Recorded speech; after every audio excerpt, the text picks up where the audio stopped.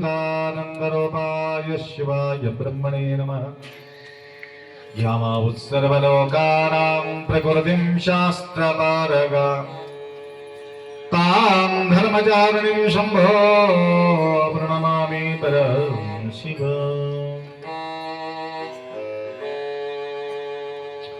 वागर्थमिव सम्पृक्तो वागर्थ प्रतिपत्तये जगतपितरौ वंदे पार्वती परमेश्वरौ। त्रिकालवंदनीय प्रातस्मरणीय पूज्य गुरुवर्यांचं स्मरण करून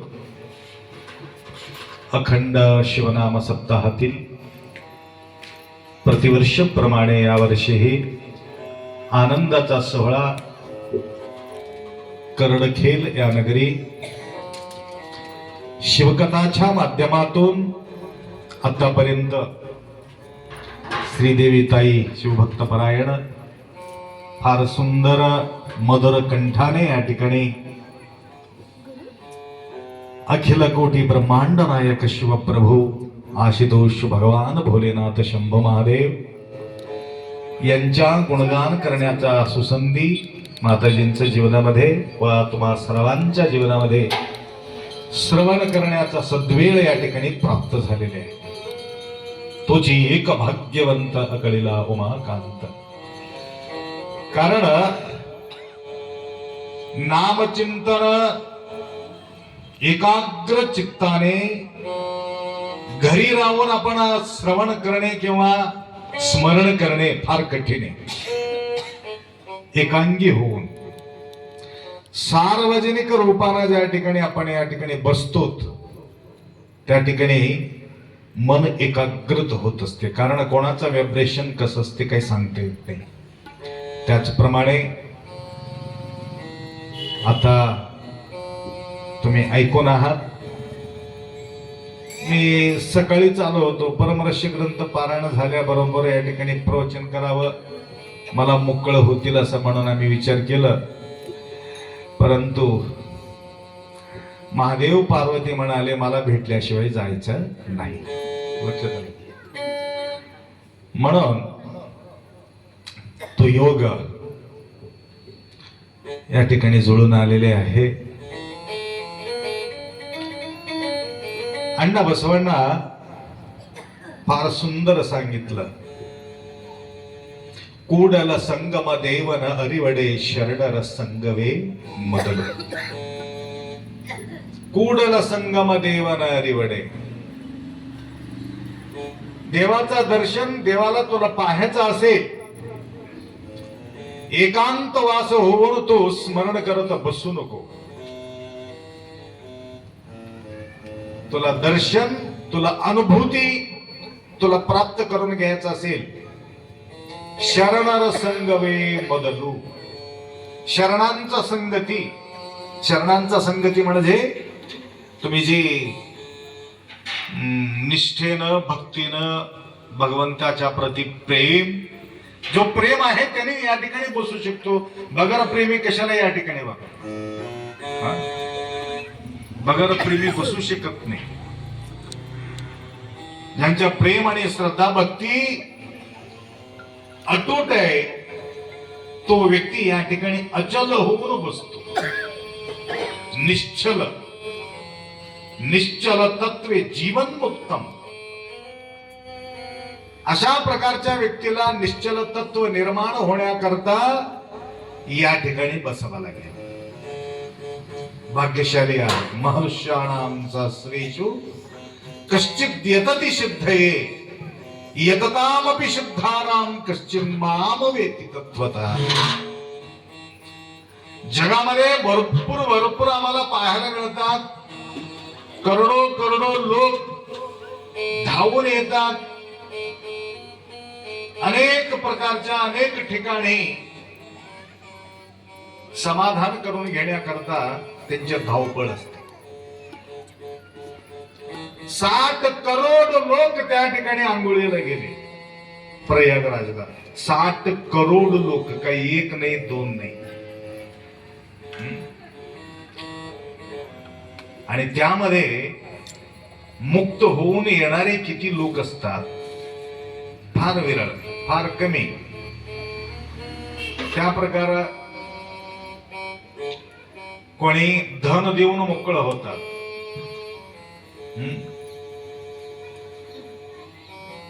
कोणी मनातून सांगून टाकतात मी शरीरानं येऊ शकत नाही, मी एवढा सेवा करू शकतो म्हणून मोकळं होतात.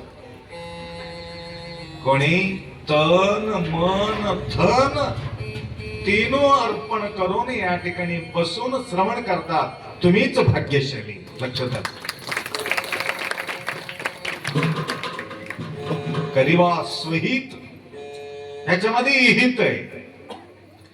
अशा प्रकारच्या हित इतिहासामध्ये आपण पाहतो. त्या भक्तीमध्ये किती शक्ती आहे, फार मोठा शक्ती आहे.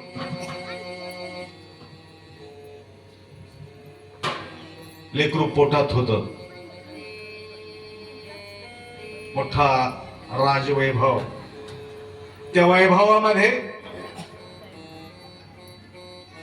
पत्नीला फार आवड, शंभूच्या प्रती भयानक आवड, आणि ते संस्कार लाभला त्याला त्या पोटात असताना त्या लेकराला. लेकरू 2-3 वर्ष, 4-5 वर्षाच्या लेकरू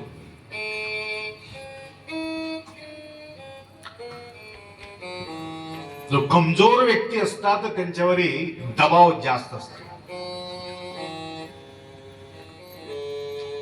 शारीरिक रूपाने शक्तिशाली पाहिजे, काही आर्थिक रूपाने सुद्धा शक्तिशाली पाहिजे.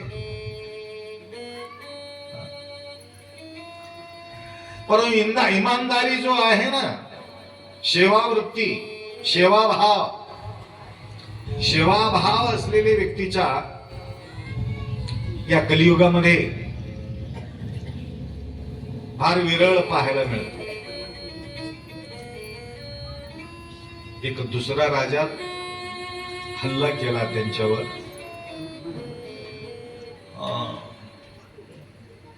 पती पत्नी राजा राणी दोघांनाही एंड करून टाकला. आणि एक दासी त्या लेकराला पार्सल केली, लेकराला घेऊन गेले, ते पळून गेले. काही दिवस भटकत भटकत फार लांब गेले होते. एक 8-10 वर्षाचा मुलगा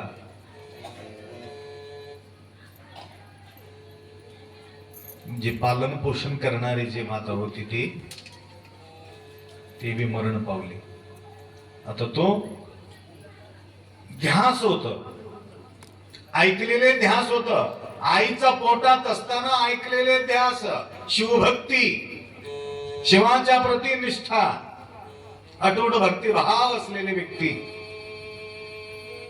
आणि तिकडचं दरबारमध्ये असंच शिवकथा लावले होते, शिवकथा लावले होते. ऐकण्याकरता तो लेकरू सुद्धा त्या ठिकाणी, कारण सकाळ संध्याकाळ तो शिस्त प्रसाद आणि काय बघायचे तिथं 7-8 दिवस मस्त जाते म्हणून त्या ठिकाणी शिस्त राहू लागला.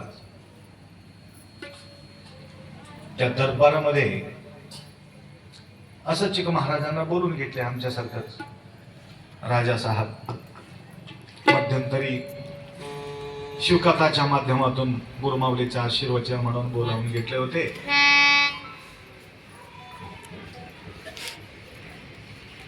त्रिकालाज्ञानी गुरु महाराजजी कथा संपल्यानंतर महाराजांचं आशीर्वचन पाहता पाहता त्या ठिकाणी त्या राजांच्या पोटी लेकरं नव्हते, संतान नव्हते.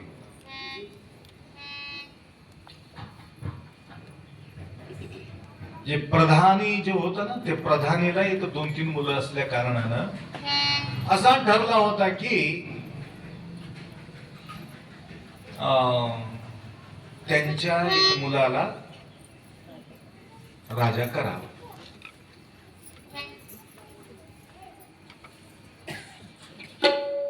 मुलगा ऐकत बसला होता तिथं. कुठं बी भिक्षा मागायचं, खायचं, राहायचं. महाराज जो बोलत होता तो संत त्या लेकराकडे पाहिले. होता ना तो राजाचा मुलगा, परंतु भिकारी झाला होता.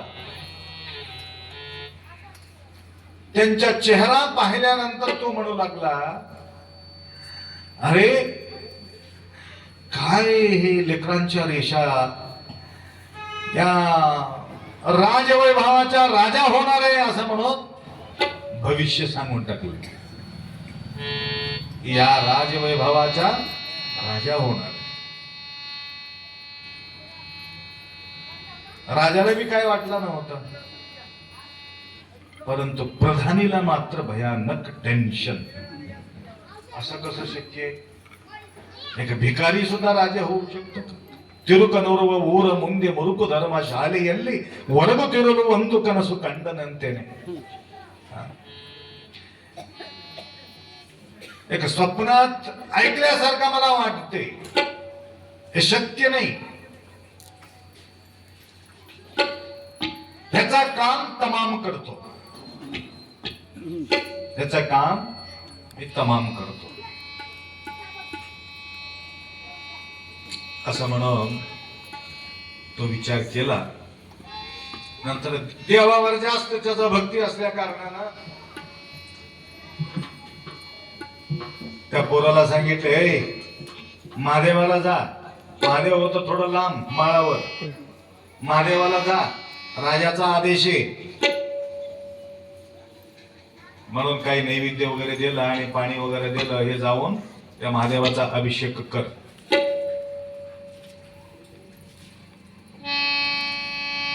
आणि त्यावेळेला ठीक आहे म्हणून ते वस्तू पूजा साहित्य वगैरे घेऊन, जसं माता येऊन इथं पाय ओढून ओढून इथं माझं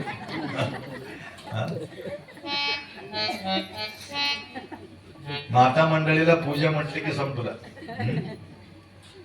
सगळं विसरून जातात हे लोक.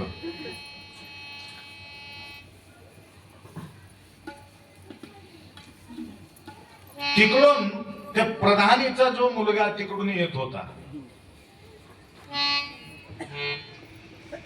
बेटा काय रे, कुठं चाललास?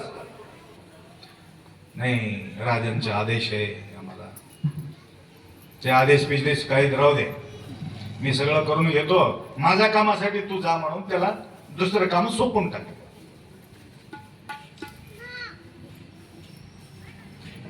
पूजा साहित्य वगैरे घेतलं, तो निघून गेला. काय करीला प्राणी कर्म बळीवंत. कर्म बलिष्ठ असेल तर कसं होते काही सांगता येत नाही.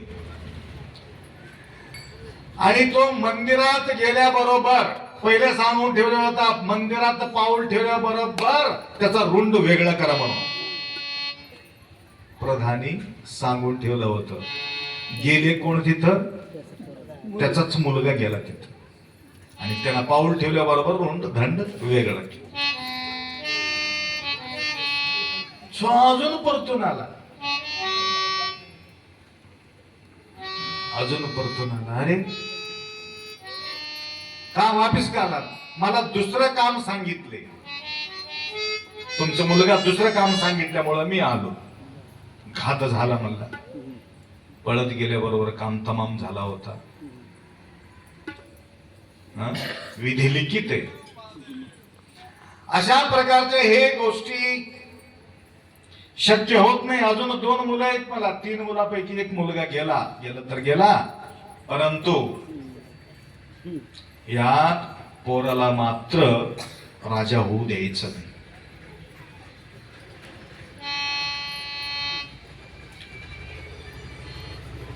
प्रधानीच्या एक मुलगी,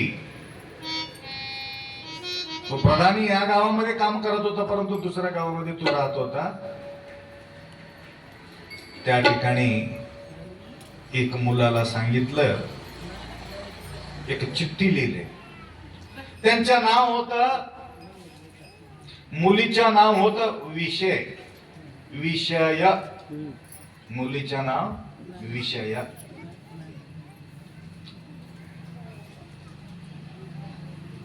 एक चिठ्ठी लिहिलं, याला विष देऊन काम तमाम कर. विष देऊन काम तमाम कर. घोडा देऊन पाठवून दिला. तो मुलगा गेला.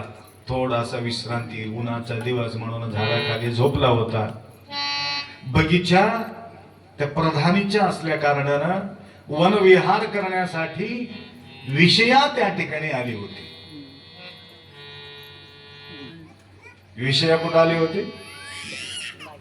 त्या शेतामध्ये ज्या ठिकाणी यांना झोपला होता. अपूर्व सुंदर मुलगा. कन्या वरयते रूपम माता वित्तम पिता श्रुतम बांधवा कुलमिच्छन्ति मृष्टान्न वितरे जना. कन्या वरयते रूपम, ह्यांच्या रूप वगैरे बघून त्याच्या मनात तो चढला आणि खिशातून थोडस ते चिठ्ठी बाहेर पडले होते. झोपले तेव्हा हळू चिठ्ठी काढून घेतले, उघडून बघितलं. वडिलाचा अक्षर होत. विष देऊन काम तमाम कर म्हणून त्यांच्या भावाला ते लिहिलेले होते. वाचली. पहिले काजळ घेऊन लिहित होते पहिले जमाना. डोळ्यातला काजळ काढली असत लावलेले, काडीनं काढलं. विषय म्हणून होत ना, य म्हणून केली त्याला विषय. ह्याचं नाव काय होतं? विषय. त्याच्यामध्ये काय लिहिलं होतं? विष. आणि य करून अजून चिठ्ठी घडी करून त्याच्या खिशामध्ये ठेवली, निघून गेली. लवकरात लवकर विष देऊन काम तमाम कर असं म्हणून चिठ्ठीमध्ये लिहिलेले होते. आता नंतर हे चिठ्ठी घेऊन जाऊन त्यांच्या दादाला देऊन टाकला, त्यांच्या भावाला आणि त्यांच्या मुलाला प्रधानीच्या. हे बघा तुमचे वडील ही चिठ्ठी देऊन पाठवून दिले. वाचला. विषयाला देऊन काम तमाम कर म्हणजे तुझ्या बहिणीला ह्याला देऊन टाकून लवकरात लवकर लग्न करून टाक असं माझं बाबा लिहिले म्हणून दोघांचं लग्न लावलं, मोकळं झालं. हे कशाचे प्रतीक आहे? भक्तीचं प्रतीक आहे. आठविता पोटी धावे तयाचे. अशा प्रकारचा संस्कार पोटात असताना ज्यावेळी ते भक्तीचं पजरा त्या ठिकाणी फुटते, कितीही कष्ट संकट आला, कितीही प्रॉब्लेम येऊ दे, ये मत कहो खुदा से मेरे मुश्किलें बड़ी है, मुश्किल अंश कह दो मेरा खुदा बड़ा है. मुश्किल मोठा नाही, ज्याला रक्षा करणारा जो भगवान आहे तो फार मोठा आहे. म्हणून सर्व देवा माझी थोर, सर्व देवा माझी थोर, सर्व देवा माझी थोर, सर्व देवा माझी थोर, सर्व देवा माझी थोर,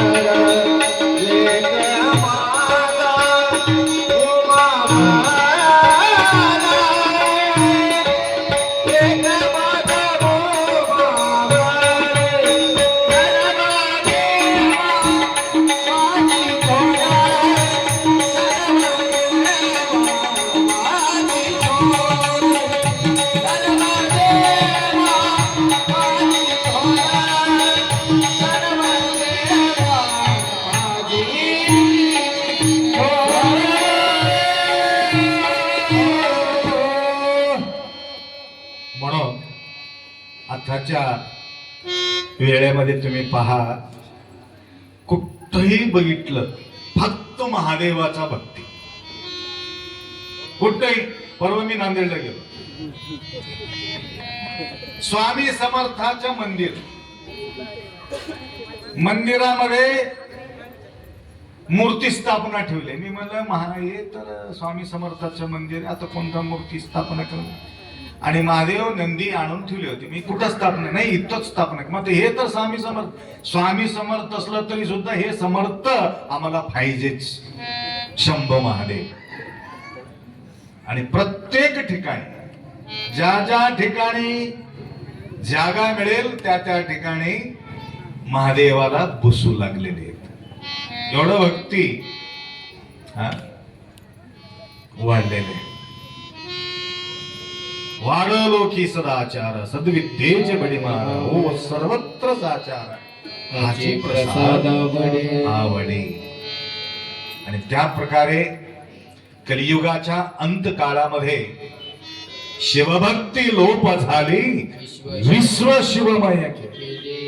संपूर्ण विश्वभर शिवभक्ती प्रचार आणि प्रसार मन्मथ माऊली त्यावेळेला प्रसादाच्या माध्यमातून आम्हाला निरूपण केलेले आहे.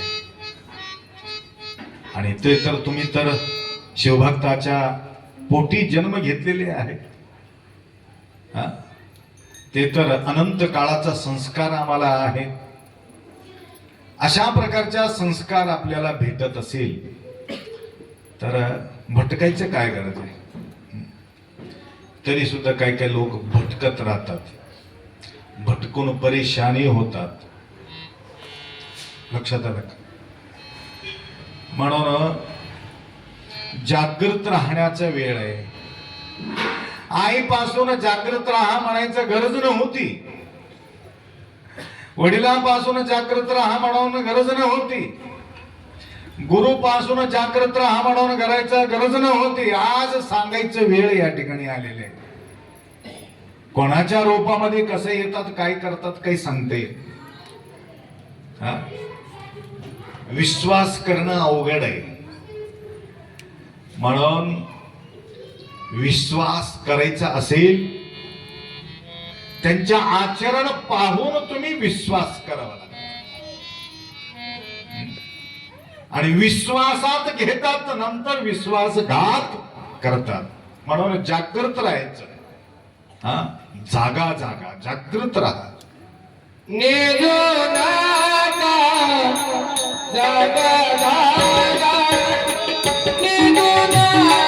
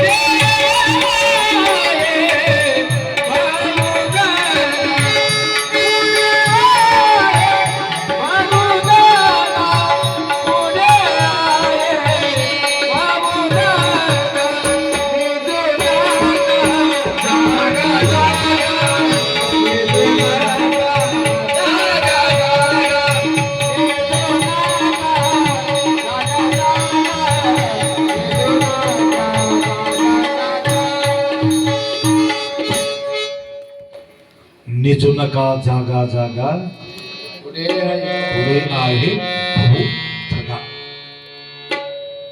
जागृत करण्याकरता संत अवतार घेत असतात. आणि त्या प्रकारचे वेश धारण करून अवघड करणारे लोकसंख्या सुद्धा वाढलेली. सावधान राहावं लागेल. परवा भगवत कथा झाली. भागवत कथा केनगावकर 3 तास कीर्तन केलं तिथे त्यांच्या घरात.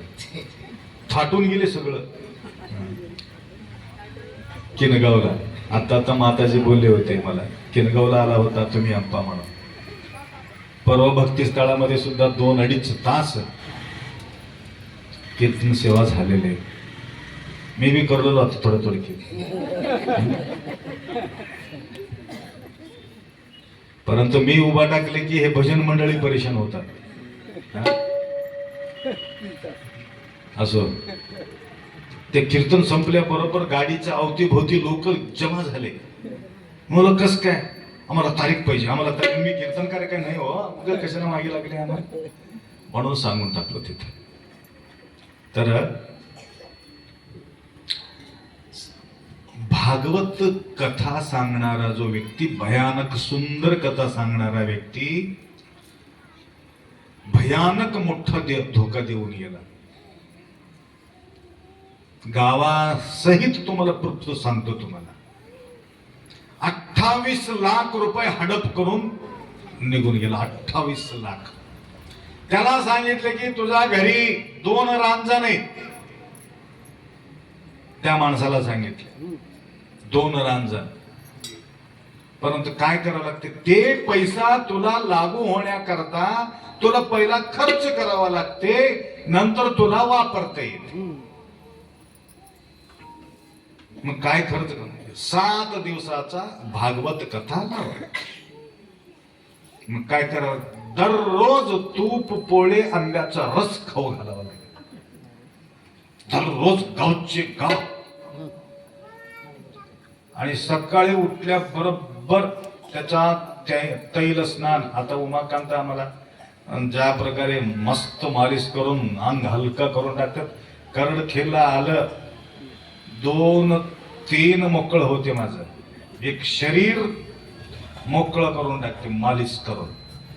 आणि शिस्त प्रसाद होते आणि आरामशीरी झोप लागते. हे तीनू मिळणं मला कुठेही. लक्षात आलं का, झोपण्यासाठी वेळ मिळत नाही. लक्षात आलं का, आमच्या अंग मोकळं करत नाही आणि रिलॅक्स वाटत नाही. तर त्या महाराजाला सकाळी उठल्या बरोबर तैल स्नान. आणि त्या दंपतीला सांगायचं रात्री 2 वाजता उठून काहीतरी जप सांगून टाकायचं. आणि आता बघा, रात्री 11-12 पर्यंत लोक येणं जाणं आल्याबरोबर हा चहा, आल्याबरोबर हा नाश्ता, आल्याबरोबर हा हा हा म्हणण्यामध्ये ते बाई असं घाईला आली होती. 7 दिवसामध्ये पुरा परेशान. नंतर प्रत्येकाला जेवा, प्रत्येकाला करा. 7वा दिवस त्यांच्याकडे अजून 8 लाख रुपये शिल्लक राहिले होते. तुम्हाला सांगतो, म्हणजे धोका देणारे कशा लोक राहतात. 8 लाख शिल्लक होते. त्याला सांगितलं या पैशानं तुझं बर्बादी होते. सोनं विकून पैसा देणे. तुमच्या मुलाच्या कल्याणासाठी माझ्याकडे एक संस्था आहे माझा ओळखीचा. हे 8 लाख रुपये डोनेशन देऊन त्या मुलाला नोकरी लावूया. ते 8 लाख रुपये घेतलं, पोरा खाली झाले. आम्हाला मग हे कधी करणार महाराजजी. करूत म्हणून त्याला ते जागा दाखवलं. या ठिकाणी कट दाखवले त्या हंड्याचा. बघ इथं आहे. आता विश्वास आहे की नाही. हो, त्या आशानं पाप ते सगळं सेवा केले. दुसऱ्या दिवशी येतो म्हणून पत्ताच नाही त्या महाराजाचा. नंतर मला बी कसं कळत ते म्हणतो, माझ्याकडे तो धावून आला म्हणून मला कळाला, नाही तर मला कशाला. आप्पाजी कशाला, नाही आमच्या घरी तुम्ही या, फक्त पाऊल ठेवा. प्रत्येक लोक म्हणतात ना पाऊल ठेवा. मग पावलामध्ये काय ताकद आहे, कस काय पाऊल ठेवा म्हणतात. घरामध्ये काय पाऊल कमी आहे का तुमच्याकडे. 8 माणसं असलं तर 16 पाऊल आहे घरामध्ये. परंतु हे 2 पाऊल घेऊन काय करणार आहे. लक्षात आलं का. त्या पावलाला ह्या पावलाला काय फरक आहे म्हटलं तुम्हाला सांगतो. सांगू की नको. हा. काय फरक आहे? कस काय एवढा आपुलकी करतात या पावलाला, या चरणाला एवढा आपुलकी करण्याचं कारण काय आहे म्हटलं तर तुमच्या मनामध्ये असलेली गोष्टी वेगळ्या आहे, संतांच्या मनामध्ये असलेली गोष्टी वेगळ्या आहे. संतांच्या हृदयामध्ये काय आहे आणि संसारीच्या हृदयामध्ये काय आहे म्हणतात. कर्पूर गौरव करुणावतारो संसार सारम भुजगेंद्रहारम सदा वसंतो हृदयारविंदे भवं भवानी सहितं. जायचंय का? जायचंय. त्या हृदयामध्ये निरंतर त्यांच्या ध्यानामध्ये कोण आहे? भवम भवामी, भवानी के साथ शंभू भगवंतांच्या स्मरण ठेवणारे हृदय आहे. स्मरण ठेवणारा हृदय आहे. सदा वसंतम हृदयारविंदे भवम भवामी सेवितं नमामि. म्हणून आमच्या हृदयामध्ये काय आहे? पैसा आहे, बायको आहे, लेकरं आहे, शेत आहे, शिवार आहे, गाडी आहे, घोडा आहे, बंगला आहे, व्यवहार आहे, दुश्मन आहे. आहे की नाही? त्यानं तसं मला, यानं असं मला, त्यानं तसं केलं, यानं असं केलं. हे सगळं गोंधळ आहे. म्हणून या चरणाला तेवढं काही विशेषता नाही. म्हणून निरंतर ध्यान करणारा जो संत आहे त्या संतांचा चरणाचा धावा आपण घेतो. आणि तेवढंच नाही, ते कुठं तिथं पूजा करून कुठं सोडतात, तिथं या, तिथं या, तिथं या, स्वयंपाक रूम मध्ये या, तिथं या, सगळं कडी. मग कसं किती वेळेला राहतो तो पाऊल? किती वेळ राहते पाऊल? हा, किती वेळ? 1 मिनिट, 2 मिनिट किंवा 5 मिनिट. तुम्हाला वाटते तसं नाही, हमेशासाठी तिथं राहतात ते पाऊल. तुम्ही बघा कसं राहते. ते चोरी पकडते ते गप, कुत्र पकडते की नाही? काय बघून पकडते? वास बघून. तसं हे पाऊल तिथं गेलेले असतात, परंतु काय ना तर शक्ती त्या ठिकाणी ठेवून गेलेले असतात. म्हणून त्या ठिकाणी या या या म्हणण्याचं कारण ते जय. म्हणजे ते ताकद, ते व्हायब्रेशन, तो तरंग ते उमडून राहतात. एक प्रकारचे आनंद वाढते. म्हणून आचरण आहे म्हणून त्या चरणाचा धावा आपण घेतो. ज्यांचे आचरणच नाही त्यांच्या चरणाचा धावा घेऊन काय मतलब आहे? म्हणून त्या चरणामध्ये ताकद पाहिजे असेल तर तिथं आचरणाची गरज आहे. अशा प्रकारच्या शुद्ध आचरण बाळगणारा जो व्यक्ती आहे, जो अनवळखीच्या व्यक्तीला सुद्धा आस्पद आपण कधीच करू नये. अनवळखीच्या व्यक्तीला कधीच आपण बोलू नये. त्याकरता आचरण दाखवून अडचणी करणारे लोक बी सुद्धा, ते भागवत कथा एवढा सुंदर सांगत होता तो, तर अनेक लोक त्याला घेऊन गेले. तर अशा प्रकारच्या मनुष्य रूपेण मृगश्चरंती, मनुष्य रूपामध्ये मृगासारखा वागणारे काही लोक राहतात. त्याकरता विश्वासात घेऊन आम्ही भरपूर अनुभव घेतलो माहिती, त्या गोष्टीचा भरपूर अनुभव घेतलो, परंतु अनुभव घेतलं अडचणीत आला नाही. आम्हाला सुद्धा फसवणारे लोक राहतात. एक माणूस आला, किनगावकर सांगा ऐकतो. एक माणूस आला, अप्पाजी अप्पाजी मैं सेवा करना चाहता हूँ. कहाँ से आ गए? मैं हैदराबाद से आ गया हूँ. क्या सेवा करना चाहते हो? कुछ नहीं, मला अंगठी घालायची तुम्हाला. आता नाही, पहिले स्वस्त असताना, आता अंगठी घालायचे. सगळं पाद पूजा वगैरे केला, माळ पिला, अंगठी घातला. और कुछ कुछ नहीं गुरुजी, मैं सेवा करना चाहता हूँ, आपका चरण मेरा जगह पे आए तो ठीक रहेगा. मी एवढं भक्ती भावनानं करलं त्यावेळी आम्हाला तेवढं काही हे बी नव्हतं, भागामभागी नव्हतं. एक 15-20 वर्षाच्या पूर्वीची गोष्ट बोलतो. आणि गेलो त्याच्या जाग्यावर हैदराबादला, विश्राम कोणतं तरी इस्नापूर जागेवर पावलं वगैरे ठेवलं. गुरुजी, मी हे जागा घेणार, एक 5 लाखाचं मदत असलं तर तुमचं बरं होतं. माझं आहे भरपूर आहे पैसे, परंतु तुमचा पैसे त्याला लागावा. माझ्याकडे पैसे कमी नाही, तुमच्या पैसे त्याला लागावा. आमचा 500 रुपये घे, 5 लाख कशाला? माझा पैसे कसं 5 रुपये लावलं तरी मी ठीक आहे तसं असलं तर 500 असलं तरी मी चालते म्हणलं तर द्या म्हटलं. 500 घेतलं त्यांच्या, मी बघून घेतलो.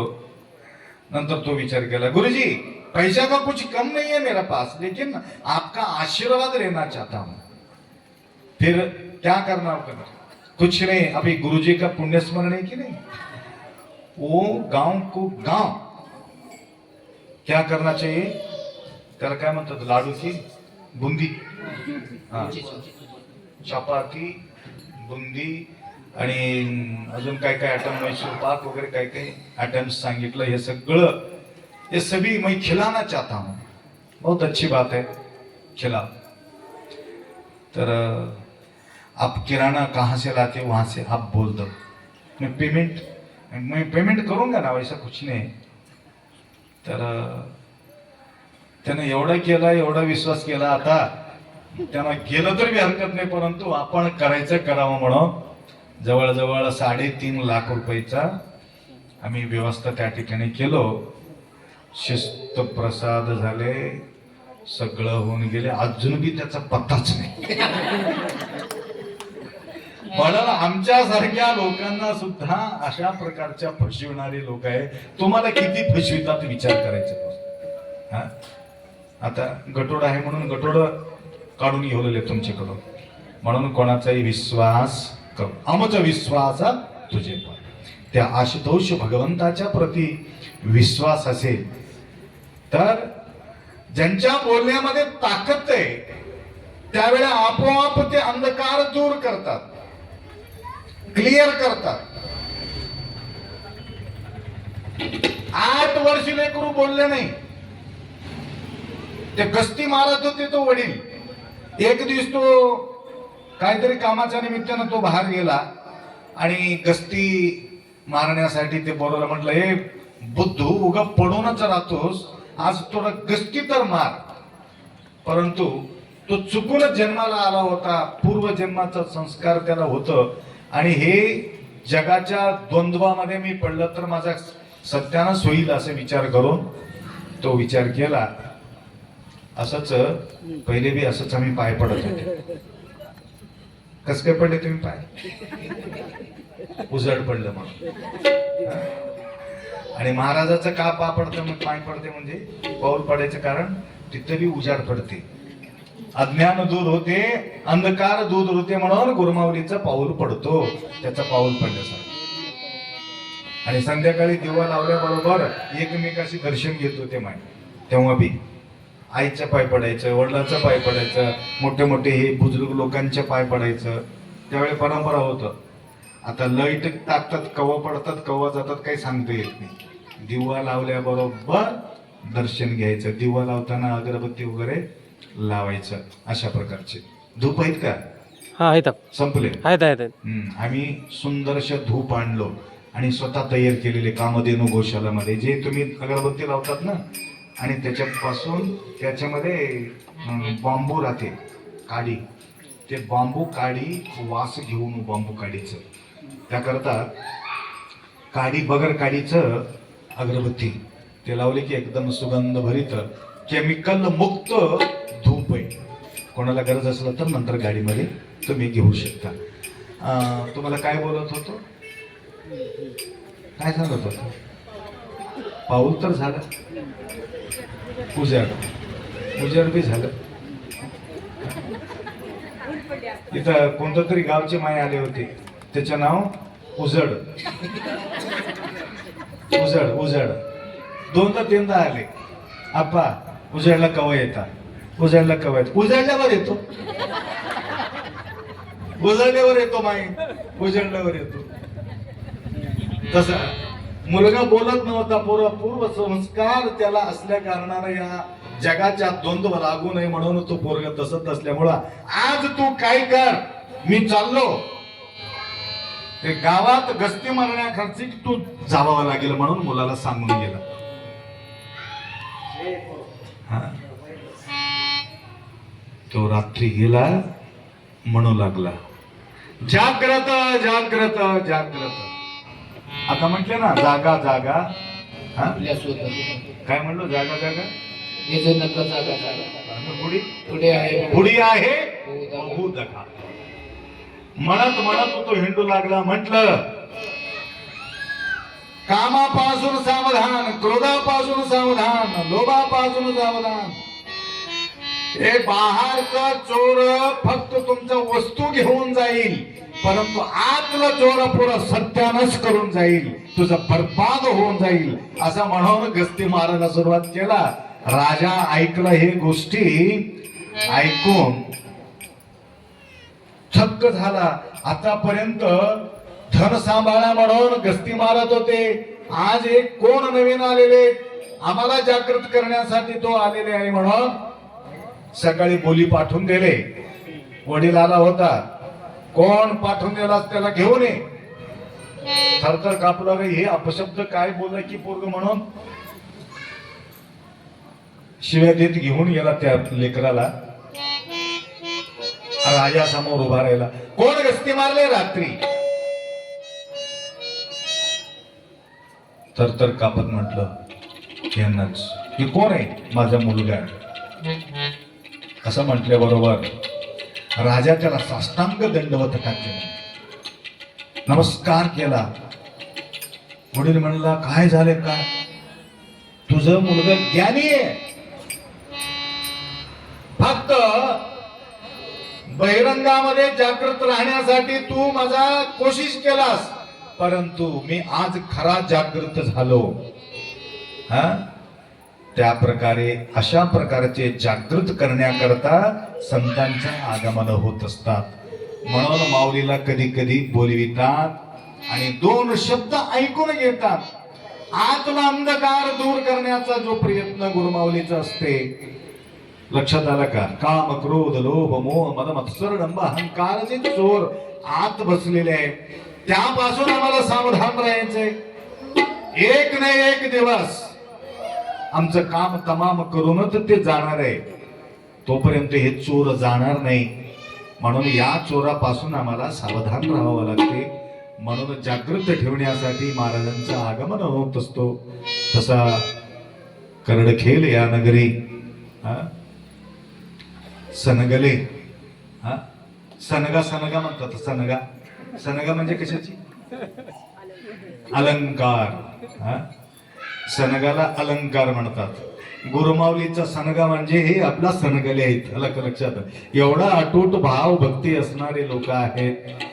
तर मी त्यांच्या डोळ्यातून अश्रू दोन गोष्टीमध्ये मी पाहतो. आप्पांच्या डोळ्यातून पाणी गळते. तर परवा मी कीर्तन केलो तिथं भक्तिस्थळामध्ये.